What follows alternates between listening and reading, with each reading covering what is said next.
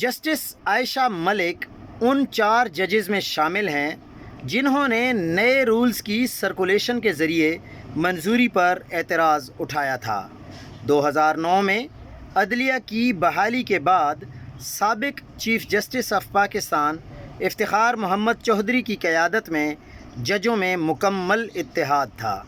اسی وجہ سے اس دور میں اعلیٰ عدلیہ ملک کا سب سے طاقتور ادارہ بن کر ابھری۔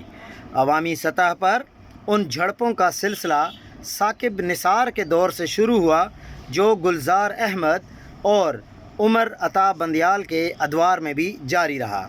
فائز عیسیٰ کے دور میں یہ شدت اختیار کر گیا جس کا فائدہ ایگزیکٹو نے اٹھایا۔ سینئر وکلاء نے موجودہ صورتحال کے لیے چیف جسٹس یحییٰ آفریدی کو مورد الزام ٹھہراتے ہوئے کہا کہ اگر 26ویں آئینی ترمیم کے خلاف درخواستیں بروقت مقرر کی جاتیں تو آج صورتحال مختلف ہو سکتی تھی۔